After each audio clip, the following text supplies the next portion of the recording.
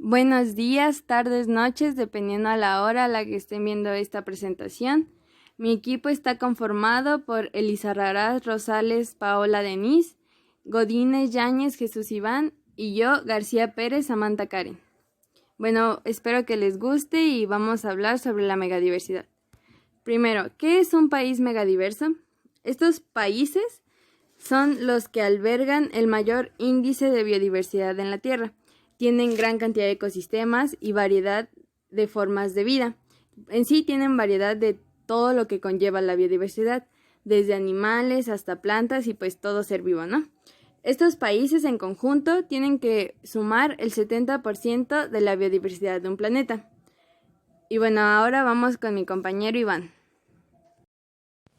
Antes de mencionar las características de los países megadiversos, voy a mencionar cuáles son. Entre ellos se encuentran México, Colombia, Ecuador, Perú, Brasil, Congo, Madagascar, China, India, Malasia, Indonesia y Australia. Como podemos ver, México se encuentra entre los 3 países con mayor diversidad, acompañado de Estados Unidos y de Canadá. Hola, yo soy Paola Elisa Raraz y les hablaré sobre las características y criterios para designar a un país como megadiverso.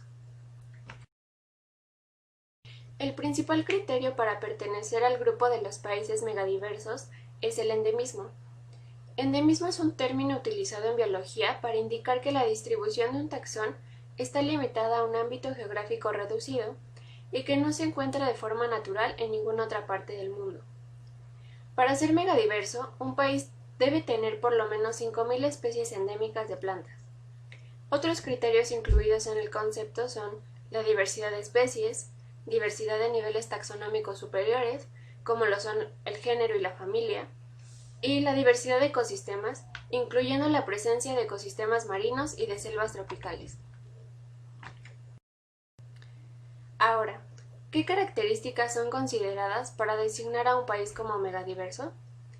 Los países megadiversos contienen una o más de las siguientes características, que son posición geográfica, diversidad de paisajes, aislamiento geográfico, tamaño, cultura y una historia evolutiva.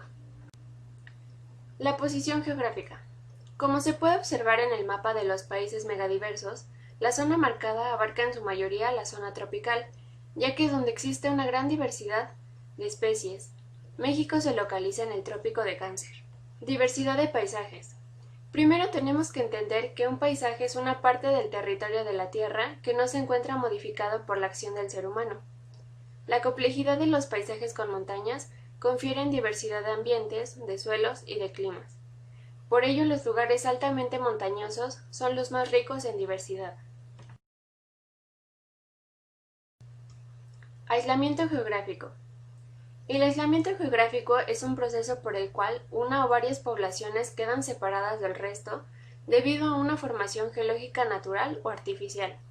La separación de islas y continentes ha permitido el desarrollo de floras y faunas únicas.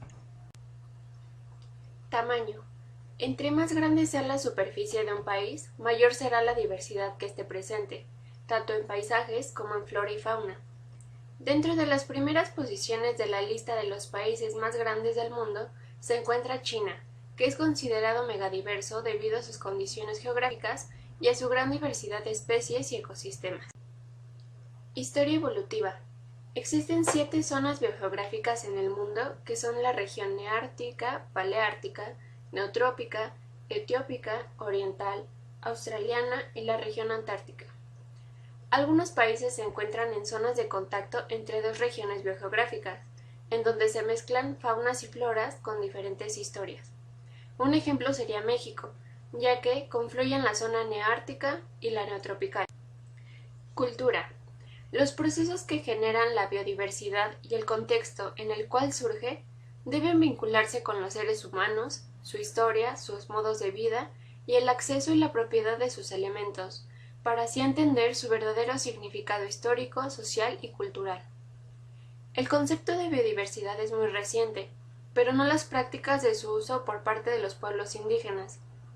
Con la selección de especies silvestres se desarrollaron las plantas culturales que se repartieron en todo el mundo y que ahora son la base del sistema alimentario mundial. La experiencia en manejo de la biodiversidad no solo se restringe a la producción de alimentos. La convivencia con la biodiversidad regional ha hecho que las comunidades probaran, desecharan o desarrollaran el uso de plantas, insectos y animales para alimento, medicina, vestimenta, limpieza personal y vivienda, entre otros usos. Al hablar de países megadiversos, un suceso relevante es la Declaración de Cancún. En 2002 se creó el Grupo de Países Megadiversos como mecanismo de consulta y cooperación para promover las prioridades de preservación y uso sustentable de la diversidad biológica. La designación de megadiversidad le confiere a la nación una responsabilidad jurídica mundial extraordinaria a través de la Ley General de la Biodiversidad. Esta ley debe de contener y expresar los conceptos relativos a la biodiversidad con claridad, actualidad. Bueno, ahora vamos con México megadiverso. Posición geográfica privilegiada en el planeta. Para México, esta es la región neártica, representada con el color azul, y la región neotropical, representada con el color verde agua. Debido a que estamos cerca del Ecuador, tenemos climas húmedos y cálidos, pero al norte de nuestro país se tiene otro tipo de clima. Esto es debido a que se encuentra cerca del norte del planeta. Y bueno, ahora vamos con diversidad de ecosistemas en nuestro país. Debido a la ubicación geográfica que acabamos de ver atrás y a su diverso relieve, México tiene una gran diversidad de ecosistemas que van desde lo más alto de las montañas hasta los mares más profundos. Y bueno, aquí podemos verlos representados cada uno con su imagen. Bueno, estos son bosques nublados, bosques templados, matorrales, pastizales, selvas húmedas, selvas secas, dunas costeras, manglares, playas de arena y rocosas, islas, arrecifes, bosques de macroalgas y praderas de pastos marinos. Gracias a que México tiene esta gran diversidad de ecosistemas, que como podemos ver son muchos, es uno de los factores por los cuales México se considera un país megadiverso. Y bueno, ahora vamos con mi compañera Pau. Les voy a hablar sobre las especies endémicas. Gran parte de la amplia diversidad de especies de México está constituida por especies que solo habitan en nuestro país. Algunas están restringidas a islas o las partes altas de las montañas, otras a ríos, lagos o lagunas, y algunas otras a cenotes o cuevas. Su distribución actual es producto de una larga historia. Algunas tuvieron distribuciones amplias en otros tiempos y ahora están restringidas. A estas especies se les conocen como endémicas. Existen diversas clasificaciones para las especies endémicas. Una de las más conocidas es quizá la de la perspectiva histórica. Para entender esta clasificación, debemos saber que los taxa son un conjunto de organismos que comparten un origen común. Esta clasificación utiliza los conceptos de paleoendémica, que refiere a los taxa que están aislados filogenéticamente, es decir, sin parientes cercanos. Un ejemplo de esto es la espuelilla o pelosilla de cueva. Ahora, las neoendémicas son taxa que evolucionaron recientemente, es decir, que tienen parientes cercanos, como es el caso del ojo de perdiz, descubierto en Valencia, España. Cuando se considera el territorio y su delimitación política, se utilizan diferentes conceptos de endemismo, como microendémicas, cuasiendémicas y semiendémicas. Las especies microendémicas tienen una distribución muy restringida. Por otro lado, están las cuasiendémicas, que rebasan los límites biogeográficos del área escogida.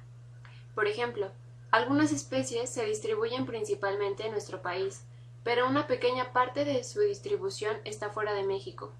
Y también existen las especies semiendémicas, que se les llama así porque pasan solamente una época del año en un país o región. Concentraciones de las especies endémicas. Hay tres áreas que, debido a sus características geográficas, permiten la concentración de diversas especies, tanto de aves como mamíferos, que son la Sierra Madre Occidental, la cual es una cadena montañosa que abarca todo el oeste mexicano y el extremo suroccidental de los Estados Unidos.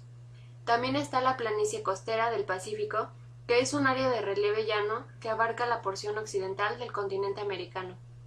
Cubre una franja de hasta 6.500 kilómetros de anchura y se caracteriza por ser un relieve casi curvo, formado por grandes llanuras de inundación, lagos y pantanos alineados paralelamente a la costa. Y por último, está la cuenca del río Balsas, que es una amplia región de tierras bajas que están situadas entre el eje neovolcánico y la Sierra Madre del Sur. Dicha depresión ocupa importantes porciones de los estados de Jalisco, Michoacán, México, Guerrero, Morelos, Tlaxcala, Oaxaca y Puebla. Por último, hablaremos de distribución. El tamaño y la capacidad de dispersión de las especies tienen gran influencia en su rango de distribución. Las especies endémicas se encuentran en lugares que han tenido una historia de aislamiento geográfico que, como se mencionó anteriormente, el aislamiento permite el desarrollo de flora y fauna. Así que las islas son uno de los principales lugares en donde se encuentran especies endémicas. Un ejemplo de ello es la isla Guadalupe, situada a 260 kilómetros al oeste de Baja California, con una extensión de 250 kilómetros cuadrados, con muchas especies y subespecies endémicas, entre las que podemos encontrar alpetrel de Guadalupe, junco de Guadalupe, caracara, pinzón o gorrión mexicano de Islas Guadalupe y el pájaro carpintero, entre muchas especies más. Diversidad natural y cultural. Desde su origen, la humanidad ha utilizado a la flora y a la fauna de diversas maneras, como alimento, bebida, medicina, ropa, materiales de construcción y combustible. No es de sorprenderse que la diversidad cultural de la especie humana se encuentre estrechamente asociada con las principales concentraciones de diversidad existente.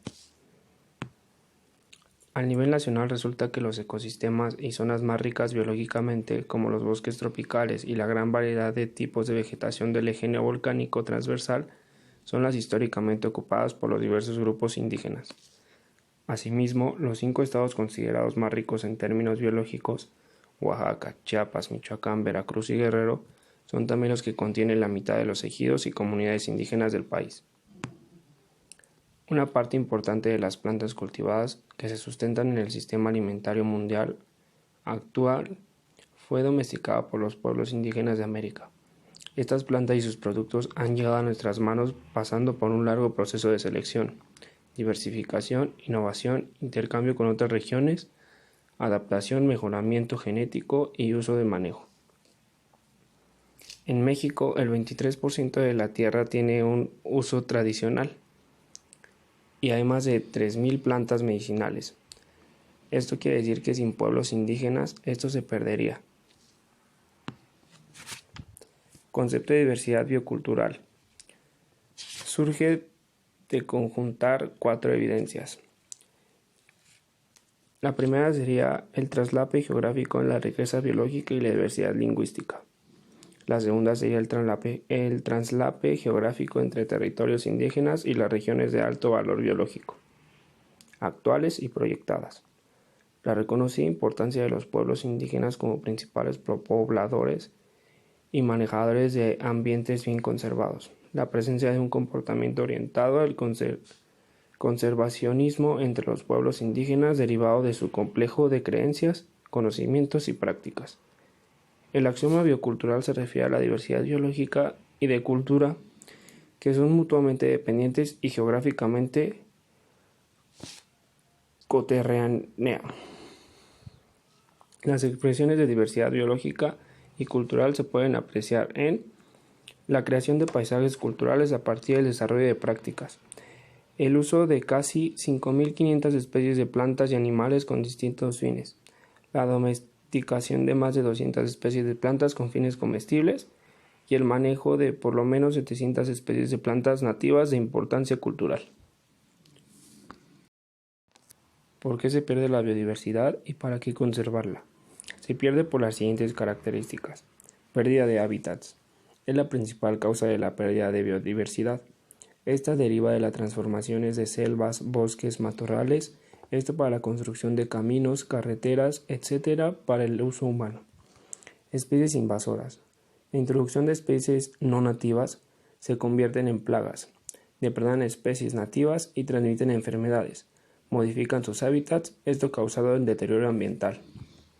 Sobreexplotación. En la extracción de individuos de una población, una tasa mayor a la de su reproducción. Cuando esto sucede, la población disminuye. Contaminación. El aumento de sustancias químicas por parte de actividades industriales tiene graves consecuencias para muchas especies. Cambio climático. El aumento de la temperatura concentra gases de efecto invernadero y se da como consecuencia los cambios radicales de la distribución de ecosistemas. ¿Por qué conservarlas? Por la razón o el ámbito económico. Cuando el capital natural se deteriora, perdemos valor y opciones, puesto que el capital natural que de los ecosistemas naturales proporciona un flujo valioso de bienes. Por ética, todas las especies tienen derecho a permanecer en el planeta, ya que ellas pertenecían a la Tierra mucho antes que nosotros. Ecológica. La conservación mantiene las funciones ecológicas de los ecosistemas. El llamado desequilibrio ecológico es la afectación de las relaciones funcionales entre las especies de los ecosistemas. Por estética. Enriquece nuestra vida con sus formas, texturas, colores y olores. Espirituales. En el sentido religioso que algunos fenómenos naturales, plantas y animales le dan a la humanidad. Científica. La naturaleza permite que el enriquecimiento científico, dando a conocer los beneficios tanto medicinales hasta una visión holística. Para preservar la biodiversidad existe la CONABIO, que tiene la misión de promover, coordinar, apoyar y realizar actividades dirigidas al conocimiento de la diversidad biológica, así como su conservación y su uso sustentable para el beneficio de la sociedad.